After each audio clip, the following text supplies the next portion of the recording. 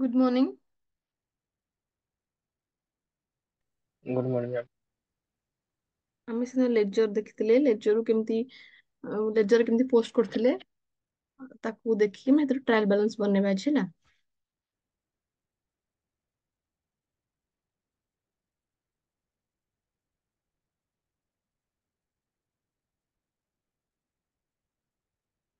तमे sales account कर देथिला ना सेल्स ता थिला। सेल्सटा ଥିଲା मैम। तो देखो सेल्स ता करिया बे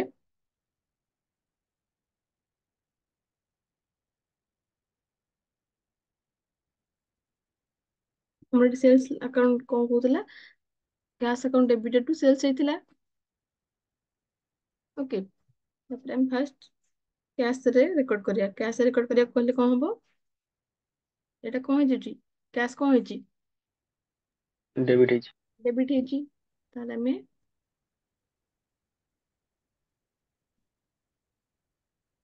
एट कोन करिया डेबिट रे अमाउंट पकाओ डेबिट ରେ ଆମ डेट है 21/1/2024। ଆଜ୍ଞା तापर कहा एगेंस्ट हेची देखो कैश टा डेबिट कहा एगेंस्ट हेची to sales account. Sales account रे तब सेल्स अकाउंट लिखो।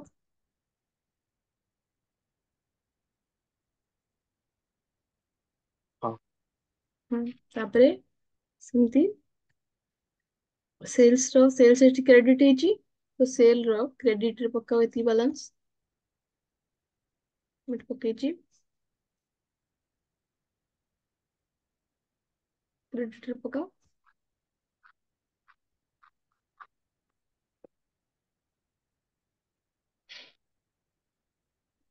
हेलो। ହୁଁ तापरे कहारो एगेंस्ट से क्रेडिट हेची मते को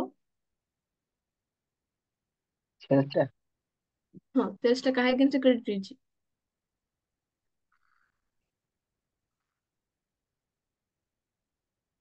एठी सेल्स टा क्रेडिट हेची डेबिट के କ୍ୟାସ୍ हेची କ୍ୟାସ୍ ନେଉଛି। तो କ୍ୟାସ୍ ଆଗ ନେବି बाय କ୍ୟାସ୍ कैश ଆକାଉଣ୍ଟ ନେବି। बाय कैश अकाउंट करो।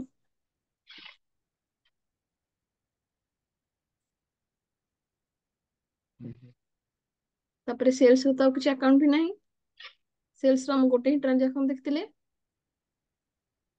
ଆଜ୍ଞା तो एटा सुनला हमें आर बैलेंस ब्रोट डाउन करो देखो टोटलिंग फास्ट कलो टोटलिंग रे एपटे हमर अधिक अछि तो हम एपटे जो पटे अधिक थिबो तार अपोजिट साइड रे हम ताको कैरी डाउन करिबा एटा अछि एपटे क्रेडिट पटे अछि तो हमें डेबिट पटे कोन करिया to balance carry down brought down बुझि पाछे फास्ट कैरी डाउन हबो कैरी करिबा तापर कैरी रु हम ब्रिंग करिबा ब्रोट डाउन हबो।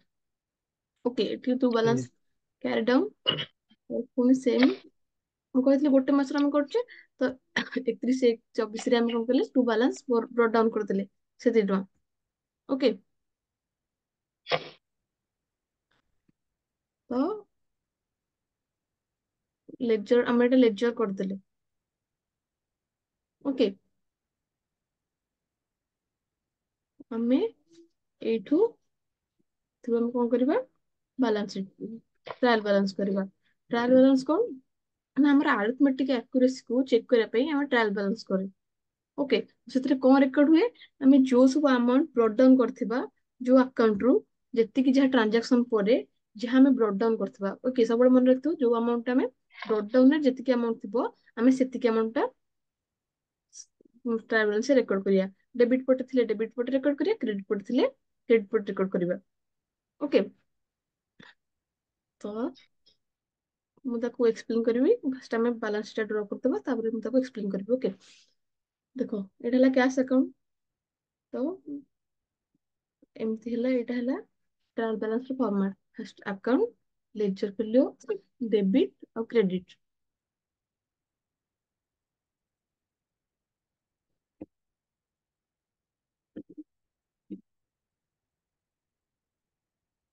ଏମିତି ଗୋଟେ କର ଏମିତି ଗୋଟେ ଡାଇଗ୍ରାମ ବନାଅ ସ୍ପେସିମେନ୍ ବନାଅ ଟେବୁଲ ଗୋଟେ ट्रायल बैलेंस पे आज्ञा।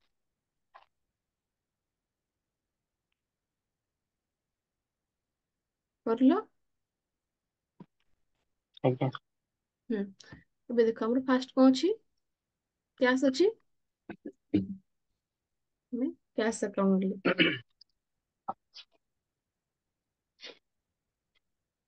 କ୍ୟାଶ ଆକାଉଣ୍ଟ ଲେଖ।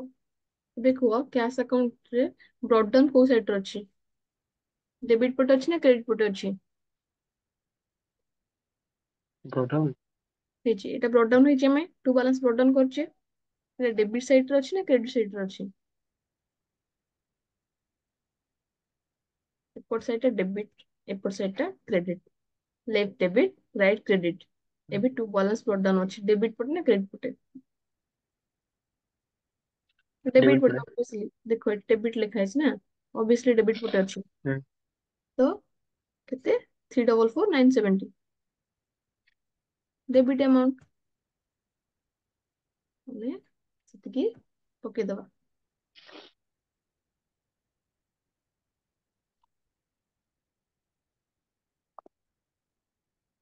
ବୁଝିଲା? आज्ञा। क्रेडिट कौन पड़ेगा? सेम। କ୍ରେଡିଟରେ କିଛି ପଡିବନି, ଗୋଟେ ହିଁ ପଡିବ। ଏଠି ଆମର କ୍ୟାଶ ଟା ଆଇଦର ଆକାଉଣ୍ଟ ଟା ଡେବିଟ ବାଲାନ୍ସ ଥିବ କି କ୍ରେଡିଟ ବାଲାନ୍ସ ଥିବ। ଆଉ ଯାହାବି ଆମେ ଯେତିକି ଦେଇଛେ ସେତିକି ନେଇଛେ, ତ ଆମର ଡେବିଟ କ୍ରେଡିଟ ଦିଟାକ ମିଶିବ। ଓକେ, ତ ତାପରେ ଦେଖ କ୍ୟାପିଟାଲ ଆକାଉଣ୍ଟ ଆସିଲା। କ୍ୟାପିଟାଲ ଆକାଉଣ୍ଟ କେତେ ଅଛି? 3,50,000। Capital account 50,000। 3,50,000 ଅଛି। କ୍ରେଡିଟ ପଟେ ଅଛି ନା ଡେବିଟ ପଟେ ଅଛି? कौन टा मैम? କ୍ୟାପିଟାଲ ଆକାଉଣ୍ଟରେ गोडाउन। ଆକାଉଣ୍ଟ ଟା କ୍ରେଡିଟ ରେ ଅଛି ନା ଡେବିଟ ରେ ଅଛି? क्रेडिट ଅଛି। କ୍ରେଡିଟ क्रेडिट ରେ ଅଛି। ଅଛି। ତ ଏଇଟା ଗୋଟେ କ୍ରେଡିଟ, ଜାଣିଲ କ୍ୟାପିଟାଲ ଟା ଗୋଟେ କ୍ରେଡିଟ ଆମାଉଣ୍ଟ, ବିଜନେସ କୁ ଦବାର ଅଛି କ୍ରେଡିଟ ଆମାଉଣ୍ଟ। ଓକେ, ତ କ୍ରେଡିଟ ରେ ପକେଇବ 3,50,000।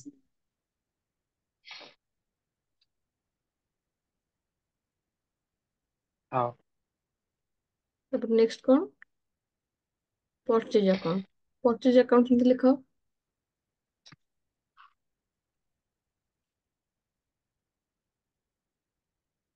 पच्चीस अकाउंट। ଏବେ କୁହ ପରଚେଜ ଟା ଡେବିଟ ଅଛି ନା କ୍ରେଡିଟ ଅଛି? ବ୍ରୋଡାଉନ ଟା ବାଲାନ୍ସ ବ୍ରୋଡାଉନ କ୍ରେଡିଟ ବାଲାନ୍ସ ନା ଡେବିଟ ବାଲାନ୍ସ? डेबिट ଅଛି। ଡେବିଟ ବାଲାନ୍ସ, ତ डेबिट 550 बैलेंस। ଏଠି ପକାଅ 550।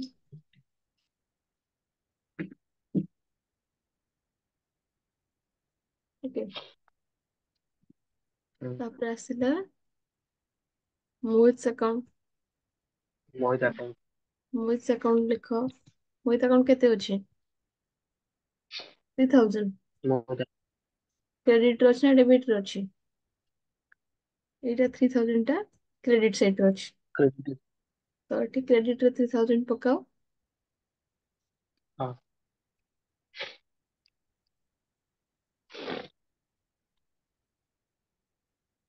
ତାପରେ ଆସିଲା ଡ୍ରଇଂସ୍।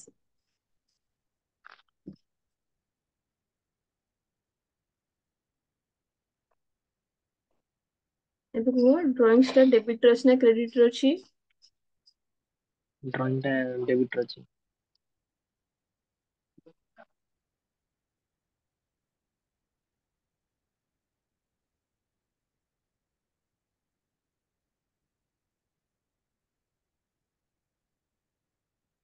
डेबिट ଅଛି। ହୁଁ,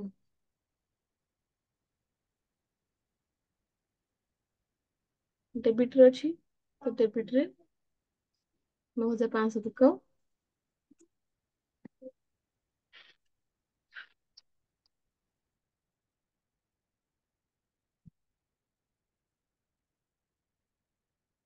ତାପରେ ଏଟା କଣ? Income tax.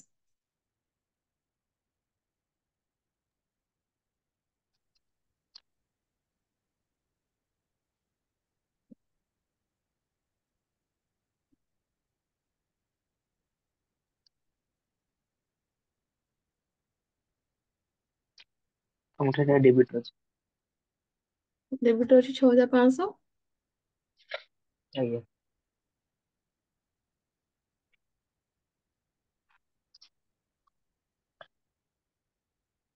ତାପରେ ହେଲା ସେଲ୍ସ ଆକାଉଣ୍ଟ।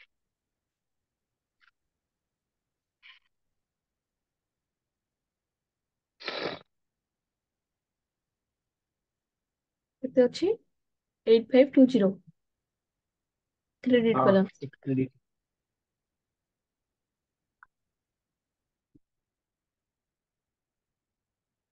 ଓକେ।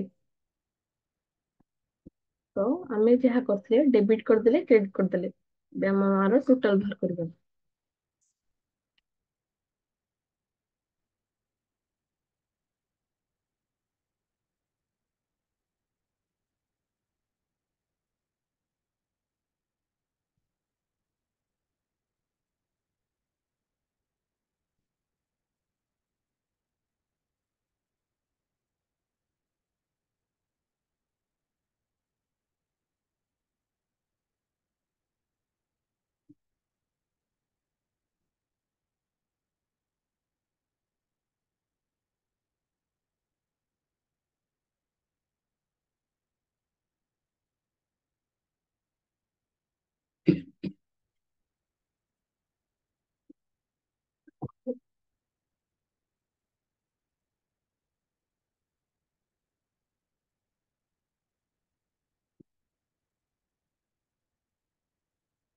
ଦେଖ ଏଟା ମିଶିଲା ନା ମିଶିଲାନି, କୁହ ମତେ।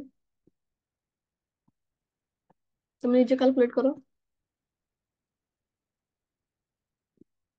रिटर्न तो सेम ही। ଦିଟାକ ସେମ ହବ, ଆମେ ଏବେ କଲେ ସେଇ ଅନୁସାରେ ଆମେ ଏଣ୍ଟ୍ରି କଲେ। ସେଥିପାଇଁ ହିଁ କରାଯାଏ, ओह। ସେମ ହଉଛି ନା ନାଇଁ ସେଥିପାଇଁ କରାଯାଏ, ବୁଝିଲା। ଆମେ ଯଦି ଆମ ओके। ଆକାଉଣ୍ଟ, ଆମେ ଜର୍ନାଲ ଫାଷ୍ଟ ଦେଖ, ଜର୍ନାଲ ଏଣ୍ଟ୍ରି କଲେ, ଜର୍ନାଲ ଏଣ୍ଟ୍ରିରୁ ଲେଜର କୁ ପୋଷ୍ଟିଂ କଲେ। ଓକେ। हम्म। ଲେଜରରୁ ବାଲାନ୍ସ ଆମେ କଣ କଲେ, ବାଲାନ୍ସ କଲେ, ବାଲାନ୍ସ କ୍ୟାରି ଡାଉନ କଲେ, ତାପରେ ବ୍ରଟ ଡାଉନ କଲେ, ତାପରେ ଆମର ଟ୍ରାଏଲ ବାଲାନ୍ସ ବନେଇଲେ। ଆମେ ଟ୍ରାଏଲ ବାଲାନ୍ସ ରେ କଣ କଣ ବନା ହୁଏ ନା, ଆମକୁ ସବୁବେଳେ କହିଥିଲି ଆମେ ଯେତିକି ଖର୍ଚ୍ଚ କରିବା ଆମ ପାଖକୁ ରିଟର୍ନ ବି ସେତିକି ଆସୁଥିବ। ଯଦି ଆମେ 100 ଟଙ୍କାର ପରଚେଜ କରୁଛେ ତ ଆମ ପାଖକୁ ଜିନିଷ 100 ଟଙ୍କାର ଆସିଲା, ଆମ କ୍ୟାଶ ରୁ ବି 100 ଟଙ୍କା ଗଲା, ତ ଯେତିକି ଯିବ ସେତିକି ଆସିବ। ତ ଆମେ ଯେତିକି ଡେବିଟ କରିବା ସେତିକି କ୍ରେଡିଟ ହେଇଥିବ। ତ ଦେଖ ଆମେ ଟ୍ରାଏଲ ବାଲାନ୍ସ କଲେ ଜାଣିପାରିବା ଆମର ଯେତିକି ଡେବିଟ ସାଇଟ୍ ହେଇଛି ସେତିକି କ୍ରେଡିଟ ସାଇଟ୍ ବି ହବ। ଓକେ। ଆମେ ଯେତିକି କ୍ରେଡିଟ କରୁଛେ ସେତିକି ଡେବିଟ ବି କରୁଛେ, ବୁଝିହେଲା। ଆମେ ଗୋଟେ ଜିନିଷ ପରଚେଜ ଆଜ୍ଞା। କରୁଛେ, ଗୋଟେ ଜିନିଷ 100 ଟଙ୍କାର ପରଚେଜ କଲେ, ଆମେ ଯାହାକୁ ଯାହାଠୁ ପରଚେଜ କରୁଛେ ଆମେ ତାକୁ ପଇସା ବି ଦବା। ସେ ଆମକୁ ସେମିତି ଥୋଡ଼ି ନା ମାଗଣା ଦେଇଦବ। ଆମେ ତାକୁ ପଇସା ଦେଲେ ସେ ଆମକୁ ଇନ ରିଟର୍ନ ଯାହାବି ଆମର ଗୁଡ୍ସ ରିକ୍ୱାରମେଣ୍ଟ ଥିଲା ଆମେ ତାକୁ ପରଚେଜ କରିକି ଆଣିଲେ। ତ ଆମେ ପରଚେଜ କୁ ଡେବିଟ କରୁଛେ, କ୍ୟାଶ କୁ କ୍ରେଡିଟ କରୁଛେ। ତ ଆମେ ଯେତିକି ଡେବିଟ ଆମର ହଉଛି ସେତିକି କ୍ରେଡିଟ ହଉଛି। ତ ସେମିତି ବିଜନେସ ରେ ବହୁତ ସାରା ଟ୍ରାନଜାକ୍ସନ ହଉଛି। ତ ଆମେ କେମିତି ଜାଣିବା ସେତିକି ଯେତିକି ଡେବିଟ 100 ଟଙ୍କା ବୋଲି ଆମେ ହାତ ଗଣତିରେ ଜାଣିଦେଲେ କି ଗୋଟେ 100 ଟଙ୍କା। ଯଦି କେତେ ହଜାର ହଜାର ଯଦି ଟ୍ରାନଜାକ୍ସନ ହଉଥିବ, ଇଭେଣ୍ଟ ଘଟୁଥିବ, ତ ଆମେ ତାକୁ ରେକର୍ଡ କରିଥିବା। ତ ଆମେ ଟ୍ରାଏଲ ବାଲାନ୍ସ କଲେ ଜାଣିପାରିବା ଆମକୁ ସେତିକି ଡେବିଟ୍ ଆଉ କ୍ରେଡିଟ୍ ହଉଛି ନା ନାଇଁ। ଏଇଠି ଦେଖ ଆମେ ଆମର ଆକାଉଣ୍ଟ ସବୁ ଠିକ ଥିଲା, ଲେଜର ପୋଷ୍ଟିଂ ବି କଲେ, ବାଲାନ୍ସ ବ୍ରଟ ଡାଉନ ବି କଲେ, ତାପରେ ଆମେ ତ କଣ କଲେ ଟ୍ରାଏଲ ବାଲାନ୍ସ ବନେଇଲେ। ଏଇଠୁ ଆମର କଣ ହବ ଆରିଥମେଟିକ ଆକୁରେସି। ଆରିଥମେଟିକ ମାନେ ଆମର ଯୋଉ ଆମେ ଯାହା ବି ମ୍ୟାଥମେଟିକ୍ସ କାଲକୁଲେସନ କରୁଛେ ସେଥିରେ ଆକୁରେସି ଅଛି ନା ନାଇଁ, ସଠିକ କି ନାଇଁ। ଦେଖ ଏଇଠି ଆମର ଏଇଟା ଯେତିକି ଆମର ଡେବିଟ ଯେତିକି ହେଇଛି କ୍ରେଡିଟ ବି ସେତିକି ହେଇଛି। ତାମାନେ ଆମେ ଯାହା ବି କାଲକୁଲେସନ କରୁଛେ ସେ ଠିକ ଅଛି। ବୁଝି ହଉଛି? ବୁଝିଲା ତ? ଆଜ୍ଞା। ଏବେ ଆମେ ଏଟାକୁ ଥିଓରି କନସେପ୍ଟରେ ପଢିବା। ତମକୁ ନ୍ୟୁମେରିକାଲ କେମିତି ଆମେ ଲେଜର କେମିତି ଆମେ ପୋଷ୍ଟିଂ କରୁଛେ ମନେ ରଖିଥାଅ। ଅଲୱେଜ ଯୋଉ ଆମାଉଣ୍ଟ ଆମେ କ୍ୟାରି ଡାଉନ ବ୍ରଟ ଡାଉନ କରୁଥିବା, ଯୋଉ ସାଇଡରେ ବ୍ରଟ ଡାଉନ ହେଇଥିବ ଆଉ ଯୋଉ ସାଇଡରେ ହେଇଥିବ, ଏଇଠି ଆମେ ବ୍ରଟ ଡାଉନ କରୁଛେ ଆଉ ଏଇଟା ଡେବିଟ୍ ପଟେ ଅଛି। ତ ଆମେ ଯେତେବେଳେ ଟ୍ରାଏଲ ବାଲାନ୍ସ କରିବା ଡେବିଟ୍ ଆମାଉଣ୍ଟ ପଟେ ପକେଇବା। ଯୋଉଟା କ୍ରେଡିଟ ପଟେ ଥିବ କ୍ରେଡିଟ ରେ ପକେଇବା, ଯୋଉଟା ଡେବିଟ୍ ପଟେ ଥିବ ଡେବିଟ ରେ ପକେଇବା। ଓକେ। ବୁଝି ହଉଛି କନସେପ୍ଟ? ଏବେ ଚାଲ ଆମେ ଆଉ ଥିଓରି ଦେଖିବା। जो सीट वन लिखा है कौनटा? ସେଇଟା ମୁଁ ବୁଝଉଥିଲି ତମକୁ। ଫାଷ୍ଟ ଜର୍ନାଲ କରୁଥିଲି, ଜର୍ନାଲରୁ ଲେଜର, ଲେଜର ପରେ ଆସିଲା ଟ୍ରାଏଲ ବାଲାନ୍ସ। ସେ ତିନିଟାକୁ ଦେଖଉଥିଲି। मतलब देखिए वीडियो में स्क्रीनशॉट लो। स्क्रीनशॉट नहीं वीडियो।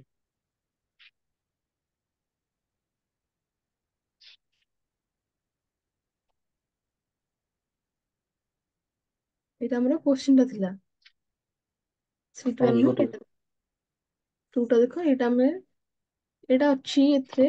First question. ହୁଁ। ହଁ। କ୍ୱେଶ୍ଚିନ୍ ଏତିକ, ତାପରେ ତାର ଏଇଟା ହେଲା ଜର୍ନାଲ। ହୁଁ, ହୁଁ।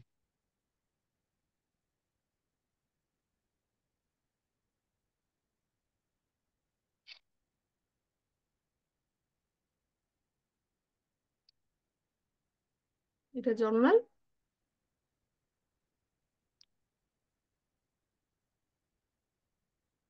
ତାପରେ ଆମେ ଆର ସବୁ ଲେଜର କରିଥିଲେ। लेजर। ହୁଁ, ଏଇଟା ସବୁ ଲେଜର କରିଥିଲେ।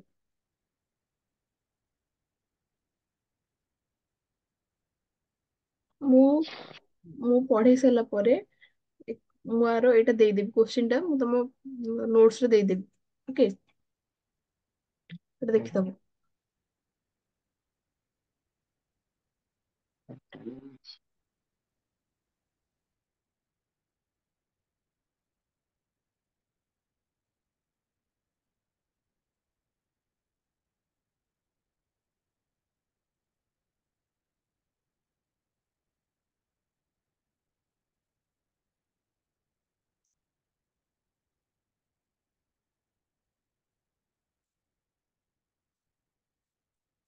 ଦେଖ, ट्रायल बैलेंस कौन? The trial balance is a statement of debit balance and credit balance which is prepared periodically to find out the arithmetical accuracy of the books of accounts. ଆମର debit balance और credit balance ଆମେ ଦେଖିଲେ, ଆମେ ଯୋଉ laser ବନେଇଥିଲେ କାହାର debit balance ରେ ଆସୁଥିଲା, କାହାର क्रेडिट बालांस ରେ ଆସୁଥିଲା। ଓକେ, ଆମେ ଦେଖିଲେ କ୍ୟାपिଟାଲ ଟା ଆମର କ୍ରେଡିଟ ପଟେ ଥିଲା, କ୍ରେଡିଟ ପଟେ ବ୍ରଡ ଡାଉନ ହେଇଥିଲା, କିନ୍ତୁ କ୍ୟାଶ ଟା ଆମର डेबिट बालांस। डेबिट पटे बालांस ମାନେ ତାର ଯୋଉ ବ୍ରଡ ଡାଉନ ହେଇଥିଲା डेबिट ପଟେ ହେଇଥିଲା, डेबिट साइड ରେ। ତ କଣ କହୁଛି, it is statement of debit balance and credit balance. Credit balance ଆଉ ଡେବିଟ୍ ବାଲାନ୍ସ ବୋଥ ଆମେ ଯୋଉ କଲେ ଏବେ ରେକର୍ଡ କରୁଥିଲେ। ଡେବିଟ୍ ପଟେ ଡେବିଟ୍ ରେକର୍ଡ କଲେ, କ୍ରେଡିଟ୍ ପଟେ କ୍ରେଡିଟ୍ ରେକର୍ଡ କଲେ। ଓକେ, ତ ହୁଇଚ୍ ଇଜ ପ୍ରିପେୟାର ପିରିୟଡିକାଲି। ଆମେ ଜେନେରାଲି ଆମେ ଆକାଉଣ୍ଟିଂ ଇୟର 1 ଇୟର, ତମେ 1 ଇୟର ଯାହା ବି ଟ୍ରାଞ୍ଜାକ୍ସନ ହେଇଥିବ ଆମେ ରେକର୍ଡ କରେ। ତ ଆମେ ଏଠି କେବଳ ଜାନୁଆରୀ ମାସର ଗୋଟେ ମାସର ମନ୍ଥଲି ଆମେ ନେଇଥିଲେ। ଓକେ, ତମେ ପିରିୟଡିକାଲି 3 ମାସର ନେଇପାରିବ କି 6 ମାସର ନେଇପାରିବ, ଯାହା ବି ନେଇପାରିବ। to find out the arithmetical accuracy. Arithmetical accuracy means ଆମର ଯୋଉ calculation ଟା ଆମେ କରିଛେ, ଆମର ଡେବିଟ୍ ସହିତ ଆମର କ୍ରେଡିଟ୍ ମ୍ୟାଚ୍ ହଉଛି ନା ନାଇଁ।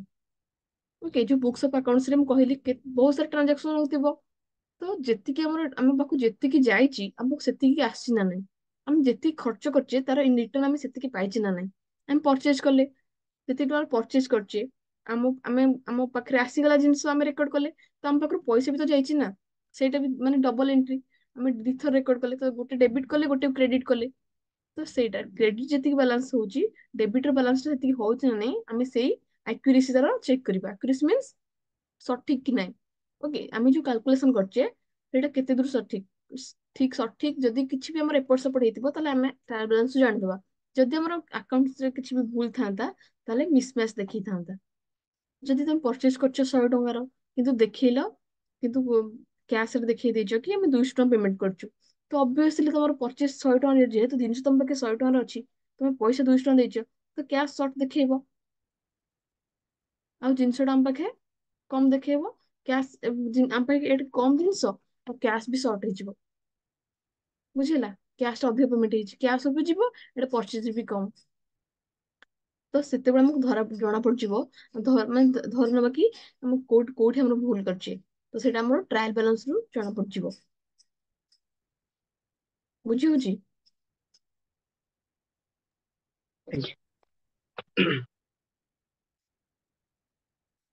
ତାପରେ ଆସିଲା ଆର ଅବଜେକ୍ଟିଭ କଣ। ଆମେ ଏଇଟା ଯୋଉ ଟ୍ରାଏଲ ବାଲାନ୍ସ କରୁଛେ, ତାର ଅବଜେକ୍ଟିଭ ଟା କଣ? ଦେଖ, ଟୁ ଚେକ୍ ଦ arithmetic accuracy। ଆମେ ଫାର୍ଷ୍ଟ ଜାଣିଲେ ତାର arithmetic accuracy ଚେକ୍ କରିବା ପାଇଁ ତ ଆମେ ଟ୍ରାଏଲ ବାଲାନ୍ସ ବନଉଛେ। ଜାଣିପାରିବା ଆମେ କୋଉଠି ଭୁଲ କରୁଛେ, କୋଉଠି ଠିକ କରୁଛେ, ସେସବୁ ଜାଣିପାରିବା। ତାପରେ ଆସିଲା ଟୁ ହେଲ୍ପ ଡିଟେକ୍ଟିଂ ଆକାଉଣ୍ଟିଂ ଏରର।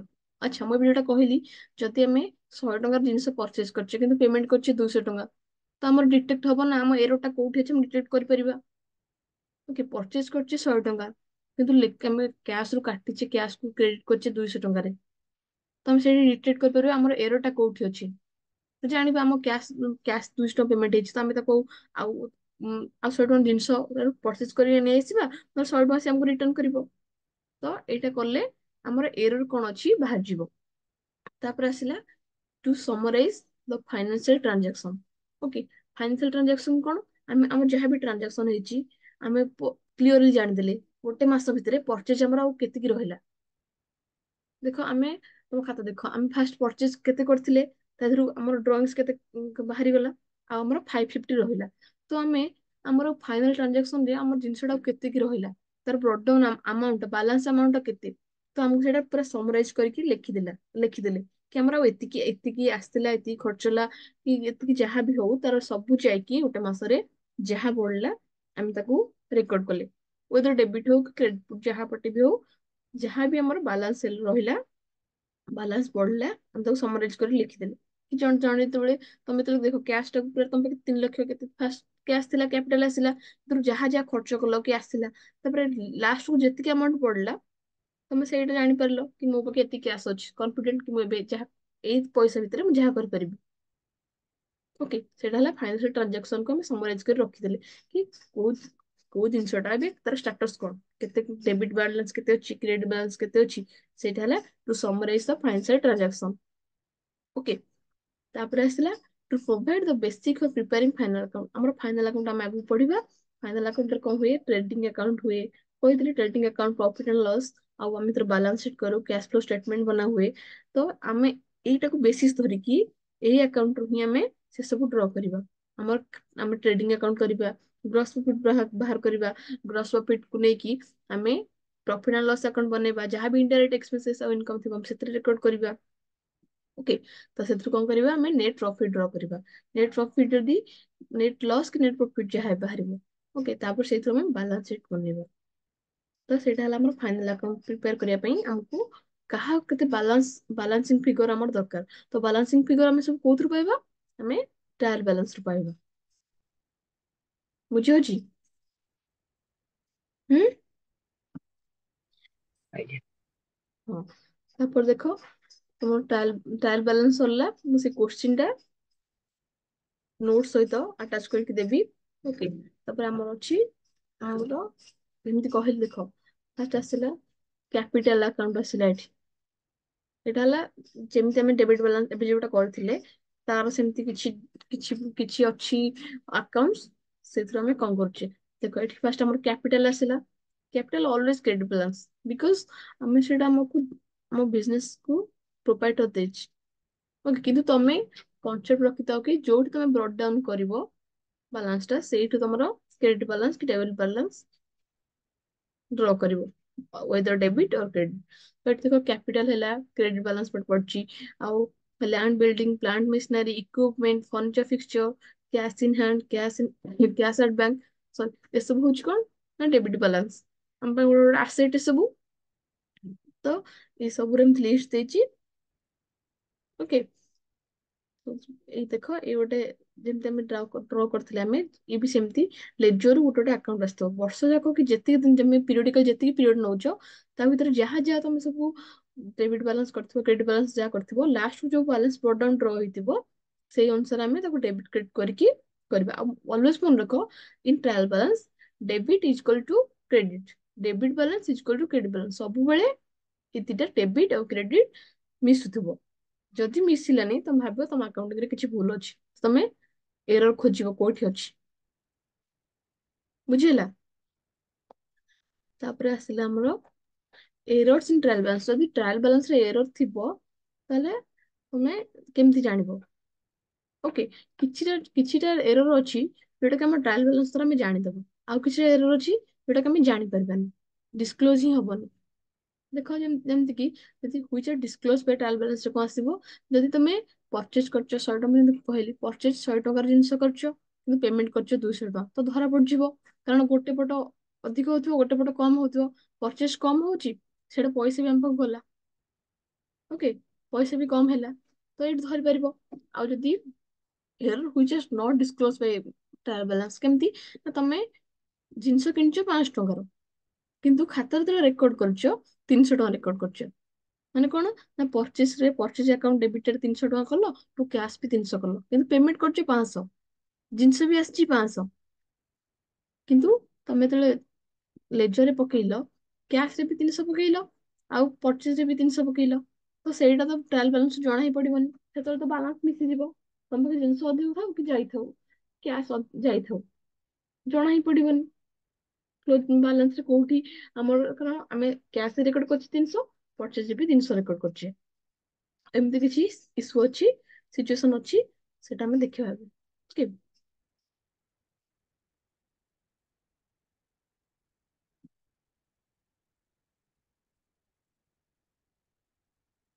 ଦେଖ ଫାର୍ଷ୍ଟ ହେଲା errors which are not disclosed by trial balance,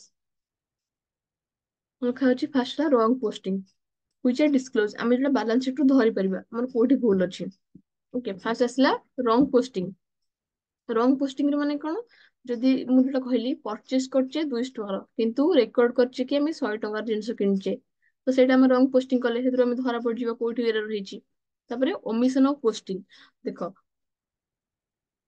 ତମେ କଣ କରୁଛ, ଦିଟା ଯେତେବେଳେ ଆମେ ପୋଷ୍ଟିଂ କିଛି କରୁଛେ, ଗୋଟେକୁ ଡେବିଟ କରୁଛେ ଗୋଟେକୁ କ୍ରେଡିଟ କରୁଛେ, ଯଦି ଆମେ ତାକୁ ଓମିସନ କରିଦବା, ମିନ୍ସ ଆମେ ପରଚେଜ ରେକର୍ଡ କଲେ କିନ୍ତୁ କ୍ୟାଶ ରେକର୍ଡ କଲେନି, ପରଚେଜ ରେକର୍ଡ କରିଛେ କି ଆମ ପାଇଁ ଆମର କ୍ୟାଶ ପରଚେଜ ଏଗେନଷ୍ଟ ରେ କ୍ୟାଶ ଟା ଡେବିଟ ହେଇଛି, ପରଚେଜ ରେକର୍ଡ କରିଦେଲେ 200 ଟଙ୍କା, କିନ୍ତୁ ଆମେ କ୍ୟାଶ ରେ କିଛି ହିଁ ରେକର୍ଡ କଲେନି, ତ ଓମିସନ କରିଦେଲେ, ଅବଭିୟସଲି ଧରା ପଡିଯିବ କୋଉଠି ହେଇଛି। ତାପରେ ଏରର ଇନ କାଷ୍ଟିଂ और ଟୋଟାଲିଂ, ଆମେ ଯେତେବେଳେ ଟୋଟାଲିଂ କରୁଛେ ଡେବିଟ ବାଲାନ୍ସ କ୍ରେଡିଟ ବାଲାନ୍ସ ଟୋଟାଲିଂ କଲେ ଆମେ ଏବେ, ତମର ଯଦି ସେଠି ବି କିଛି ଭୁଲ ଥିବ ତାହା ବି ଜଣା ପଡିଯିବ, ଗୋଟେ ସାଇଡ ଯଦି 1000 ଟଙ୍କା ହଉଛି ଆଉ ଗୋଟେ ପଟେ 900 ହଉଛି, ତାହେଲେ କୋଉଟା ଠିକ କୋଉ ପଟେ ଠିକ ହବ, ତ ତମେ ଆଉଥରେ କାଲକୁଲେଟ କରିବ, ଯଦି ଭୁଲ ହେଇଥିବ ଜଣା ପଡିଯିବ।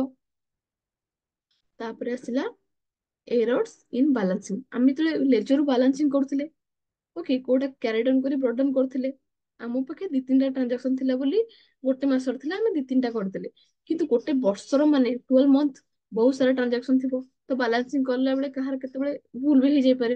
Okay, to err is human, ଭୁଲ ତ ହବ, ତ ଯେତେବେଳେ ବାଲାନ୍ସିଂ କରିବା, ସେଠି ଯଦି ଆମର ବାଲାନ୍ସିଂ ରେ କିଛି ଭୁଲ ଥିବ, ତାହେଲେ ଆମେ ସେଇଟା ବି ଜାଣିପାରିବା କି ଲେଜରରେ କୋଉଠି ଭୁଲ ଅଛି ଧରିପାରିବା। ଓକେ, ଆଉ ଗୋଟେ ଆସିଲା ଡବଲ ପୋଷ୍ଟିଂ, ଯଦି ଆମର ସେଲ କରୁଛ 500 ଟଙ୍କାର, କ୍ୟାଶ ଆସିଲା 500, ତମେ ଦିଥର ସେଲ ସେମିତି ଦେଖେଇଦେଲ କି ଦିଥର ସେଲ ହେଇଛି, କିନ୍ତୁ କ୍ୟାଶ ତ 500 ଆସିଛି, କ୍ୟାଶ ରେ ଗୋଟେ ଥର 500 ରେକର୍ଡ କରିଛ, କିନ୍ତୁ ସେଲ୍ସ ରେ 500 ଦିଥର ରେକର୍ଡ କରିଛ, ତ ଅବଭିୟସଲି ଏରର ଆସିବ, ଡିଫରେନ୍ସ ଆସିବ। ଓକେ, ତାପରେ ଆସିଲା incomplete double entry. Incomplete double entry means ଆମେ ଗୋଟେକୁ ଡେବିଟ କରିଛେ ଆଉ ଗୋଟେକୁ କ୍ରେଡିଟ କରିନେ, ଗୋଟେ ଏଣ୍ଟ୍ରି କରିଛେ ଆଉ ଗୋଟେକୁ କରିନେ, ତ ଯଦି ଡବଲ ଏଣ୍ଟ୍ରି ଆମର ମାନେ କ୍ଲିୟର ହେଇନି, ତ ଅବଭିୟସଲି ସେଥିରେ ବି ଆସିବ, ସେଥିରେ ବି ଡିଫରେନ୍ସ ଆସିବ। ତାପରେ ଆସିଲା ବାଲାନ୍ସ କ୍ୟାରିଡ ଫରୱାର୍ଡ ରଙ୍ଗଲି, ଯଦି ଆମେ ଯୋଉ ବାଲାନ୍ସ କ୍ୟାରି ଫରୱାର୍ଡ କରୁଛେ, ଆମେ ଯଦି ରଙ୍ଗ କ୍ୟାରି ଫରୱାର୍ଡ କରିଥିବା, ବାଲାନ୍ସିଂ ଆମର ଠିକ ନଥିବ, ତ ଆମେ ବ୍ରଡ ଫରୱାର୍ଡ ତ ସେଇ ଆମାଉଣ୍ଟ ହିଁ କରିବା, ସେଥିରେ ବି ତ ମିଷ୍ଟେକ୍ ଆସିବ, ତ ଆମେ ସେଇଟାକୁ ଆମେ କଣ ଲେଜର ଚେକ୍ କରିପାରିବା କି ଆମର କ୍ୟାରି ଡାଉନ ଟା ଠିକ ଅଛି ନା ନାଇଁ। ତାପରେ ନା ଭାରିଏସନ ଇନ ଆମାଉଣ୍ଟ, ଯଦି ଆମେ ଏଇଟା ଏଇଟା ଲାଇକ ରଙ୍ଗ ପୋଷ୍ଟିଂ ଫାର୍ଷ୍ଟ ପରିକା କଣ ହଉଛି ନା, ଆମେ ଯଦି ଗୋଟେ ଜିନିଷ 200 ଟଙ୍କା ପରଚେଜ କରୁଛେ, ଯେତିକି ଟଙ୍କାର ପରଚେଜ କରୁଛେ, ଯଦି ଆମେ ଗୋଟେ 500 ଟଙ୍କା ପରଚେଜ କରିକି 300 ଟଙ୍କା ଲେଖିଦେଲେ, ତ ଭାରିଏସନ ଇନ ଆମାଉଣ୍ଟ ହେଇଗଲା। ଓକେ, କ୍ୟାଶ ରେ ଆମେ 500 ଟଙ୍କା ପକେଇଲେ କିନ୍ତୁ ପରଚେଜ ରେ ପକେଇଲେ 300 ଟଙ୍କା, ତ ଅବଭିୟସଲି ଆମାଉଣ୍ଟ ର ଭ୍ୟାରିଏସନ ଆସିଲା। ତ ତାପରେ ଆସିଲା ରଙ୍ଗ ଟୋଟାଲ ଇନ ଟ୍ରାଏଲ ବାଲାନ୍ସ। ଓକେ, ଯେତେବେଳେ ଆମେ ଟୋଟାଲିଂ କରୁଛେ, ତାର ଯଦି ଆମେ ବୋଥ ସାଇଡ ଆମେ ମିଶଉଛେ, କୋଉଟା ଠିକ ମାନେ ଏପଟେ debit balance is equal to credit balance କରୁଛେ, ଯଦି ସେଇ ଟୋଟାଲିଂ ରେ ହିଁ ଭୁଲ ଥିବ, ଏଇଟା ତମର ଅବଭିୟସଲି ଭୁଲ ଆସିବ। ଏଇଟା ଯେମିତି ଏରର୍ସ ଇନ କାଷ୍ଟିଂ ଓ ଟୋଟାଲିଂ, ଏଇଟା ସେମିତି ଟ୍ରାଏଲ ବାଲାନ୍ସ ର ଯୋଉ ଯେତିକି ଆମେ ଟୋଟାଲିଂ କରିବା, ସେଇଟା ଆମର debit balance is equal to credit balance ହଉଥିବା ଦରକାର। ଯଦି କିଛି ରଙ୍ଗ କରିଥିବ ଆମକୁ, ହଁ କୁହ, ନା ନା, ଯଦି କିଛି ବୋଲି ଭୁଲ, ଓମିଶନ ପୋଷ୍ଟିଂ, ଓମିସନ ଓମିଶନ ପୋଷ୍ଟିଂ, ଦେଖ ତମେ କଣ କରିବ, ଆମେ ଯୋଉ ଲେଜର ବନଉଥିଲେ, ଜର୍ନାଲ ଲେଜର ବନେଇଲେ, ଓକେ, ଯୋଉ ଲେଜର ବନଉଥିଲେ ସେଠି ଆମର କଣ କରୁଥିଲା, ଯଦି କ୍ୟାଶ ଆମେ ଯଦି ପରଚେଜ କରିଛେ କିଛି ଜିନିଷ, ତ purchase account debit to cash କରୁଥିଲେ, ଓକେ, ଆମେ କ୍ୟାଶ ରେ କଣ କରୁ, ଆମେ ଫାଷ୍ଟ ପରଚେଜ ଆକାଉଣ୍ଟ ଯଦି ବନଉଥିଲେ ପରଚେଜ ରେ ଡେବିଟ ଆମାଉଣ୍ଟ ହଉଥିଲା, ହଁ ନା ନାଇଁ? ତ ପରଚେଜ ରେ ଡେବିଟ ଯେତେବେଳେ ଦେଖ ତମ ଦେଖ ଜର୍ନାଲ ଦେଖ, ଯେତେବେଳେ ପରଚେଜ ଟା ଡେବିଟ କରୁଥିଲେ ଆମେ ତାକୁ ଲେଜରରେ ପୋଷ୍ଟିଂ କଲା ବେଳକୁ କଣ କରୁଥିଲେ? ପରଚେଜ ଡେବିଟ ଆମାଉଣ୍ଟ ଲେଖୁଥିଲେ କାହା ଏଗେନଷ୍ଟ ରେ ହେଇଛି, କ୍ୟାଶ ଏଗେନଷ୍ଟ ରେ, ତ ଟୁ କ୍ୟାଶ ଆକାଉଣ୍ଟ ସେମିତି ପଇସା ଲେଖୁଥିଲେ। ପୁଣି ପରଚେଜ ର ଯେତେବେଳେ କ୍ୟାଶ ଏଣ୍ଟ୍ରି କରୁଥିଲେ, କ୍ୟାଶ ଆକାଉଣ୍ଟରେ କରୁଥିଲେ କଣ କରୁଥିଲେ, ବାଇ ପରଚେଜ ସେତିକି ଲେଖୁଥିଲେ। ଯଦି ଆମେ ଲେଜର କୁ ପୋଷ୍ଟିଂ କରୁଛେ, ଗୋଟେର ପୋଷ୍ଟିଂ କରୁଛେ ଆଉ ଗୋଟେର ପୋଷ୍ଟିଂ କରିନେ, ବୁଝିହେଲା? ମାନେ କ୍ୟାଶ ରେ ପୋଷ୍ଟିଂ ତ କରିଦେଇଛି କି ଆମେ ପରଚେଜ କରୁଛେ, କିନ୍ତୁ ପରଚେଜ ଆକାଉଣ୍ଟ ରେ ଆମେ କ୍ୟାଶ ରେ ହେଇଛି ବୋଲି ଲେଖିନେ, ରେକର୍ଡ କରିନି, ତ ଆମେ ଏଠି ଓମିଟ କରିଦେଲେ। ଗୋଟେ ଜିନିଷ ତ ଆମେ ରେକର୍ଡ କଲେ ଆଉ ଗୋଟେ ଜିନିଷ ରେକର୍ଡ କଲେନି, ସେତେବେଳେ କଣ ହଉଛି, ଅବଭିୟସଲି ଓମିଶନ ହେଇଗଲା। ତ ସେତେବେଳେ ଆମର କ୍ୟାଶ ଟା ମାନେ ଦେଖେ, କଣ ଦେଖେଇବ କି ଆମର କ୍ୟାଶ ତ ପରଚେଜ ଆକାଉଣ୍ଟ ରେକର୍ଡ କରିଛେ, ସେଥିରେ ଆମେ କିନ୍ତୁ କ୍ୟାଶ ଆକାଉଣ୍ଟରେ ପରଚେଜ ଟା ରେକର୍ଡ କରିନେ, ତ ଆମର ବାଲାନ୍ସ ଟାଲି କରିବନି। ଆର ଆମାଉଣ୍ଟ ଯେତିକି ଆସିବ, ଡେବିଟ ଆମାଉଣ୍ଟ ଯେତିକି, କ୍ରେଡିଟ ଆମାଉଣ୍ଟ ସେତିକି ଆସିବନି, ତ ଆମେ କାରଣ ଆମେ ଗୋଟେ ହିଁ ରେକର୍ଡ କଲେ, ଆଉ ଗୋଟେ ତ ଆମେ ରେକର୍ଡ କରିନେ, ବୁଝିହେଲା? ଆଜ୍ଞା। ନା ଆଉ କୋଉଥିରେ ଡାଉଟ ଅଛି ମତେ କୁହ। ତମ ଜର୍ନାଲ ଟା କେମିତି ବୁଝୁଛନ୍ତି? ହୁଁ, ଜର୍ନାଲ ଟା କେମିତି, କଣ? ଜର୍ନାଲ ଟା କେମିତି କଣ ହଉଛି ଟିକେ ବୁଝିବା। ଜର୍ନାଲ ଟା ଆଜ୍ଞା।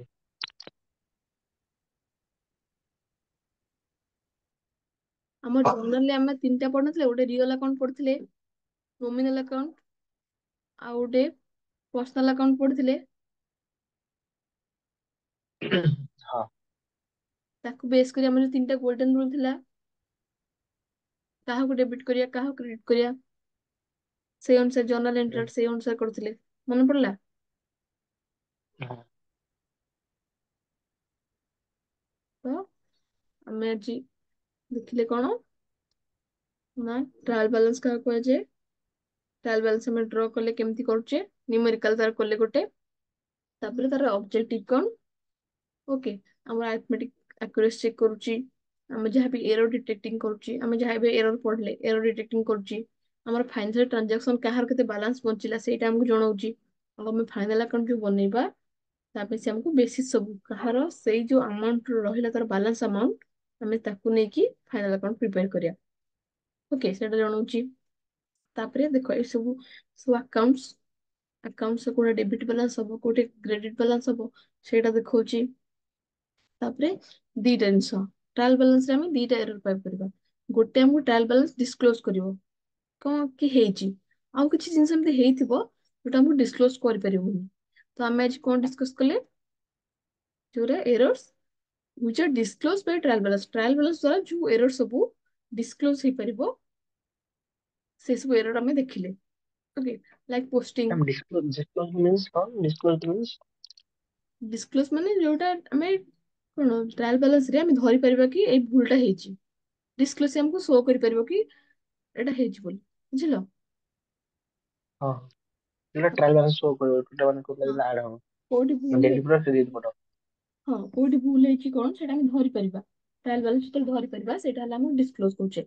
ଆଉ ଆମେ ନେକ୍ସଟ କ୍ଲାସରେ ଦେଖିବା errors which are not disclosed by trial balance, like error of omission, commission, or error of wrong posting, compensating error, ଆଉ error of principle, ଏଇ ପାଞ୍ଚଟା ଆମେ ନେକ୍ସଟ କ୍ଲାସ ମୁଁ ବୁଝେଇବି, ଓକେ। ଆମେ ଏଠି ପଢିଥିଲେ ଓମିଶନ ଅଫ ପୋଷ୍ଟିଂ, ଆମେ ଯେତେବେଳେ ଲେଜର କୁ ପୋଷ୍ଟ କରୁଛେ ଗୋଟେ ଜିନିଷ ପୋଷ୍ଟ କରୁଛେ ଆଉ ଗୋଟେ ଜିନିଷ ପୋଷ୍ଟ କରିନି, କିନ୍ତୁ ଏଠି ଏରର ଅଫ ଓମିଶନ ଦେଇଛି ମାନେ ଟୋଟାଲି ତାକୁ ଆମେ ସେଇ ଟ୍ରାଞ୍ଜାକ୍ସନ ବି ରେକର୍ଡ କରୁନେ, ନା ଡେବିଟ କରୁଛେ ନା କ୍ରେଡିଟ କରୁଛେ। କିନ୍ତୁ କମିଶନରେ ବି ସେମିତି କିଛି ରଙ୍ଗ ଆମାଉଣ୍ଟ, ଆମେ 500 ଟଙ୍କା ଜିନିଷ ପରଚେଜ କରୁଛେ 300 ରେକର୍ଡ କରିଦେଇଛି, ତାହେଲେ ତ ଜଣା ପଡିବନି ବାଲାନ୍ସ ଏମିତି ମିସମ୍ୟାଚ ବି ହବନି, କାରଣ ଯେତିକି କରିଛେ କ୍ରେଡିଟ ସେତିକି କରିଛେ ଡେବିଟ, ଓକେ। ସେଇ ପାଞ୍ଚଟାକୁ ମୁଁ ତମକୁ ଇମ୍ପୋର୍ଟାଣ୍ଟ ପଏଣ୍ଟ ମୁଁ ତମକୁ ନେକ୍ସଟ କ୍ଲାସରେ ବୁଝେଇବି, ଓକେ। ଆଉ ଉପରେ ଆଉ କିଛି ଡାଉଟ ଅଛି? Thank you. ନା। ହଉ ଠିକ ଅଛି, ଆମେ ଏଇଠି କ୍ଲାସକୁ ଏଣ୍ଡ କରିବା।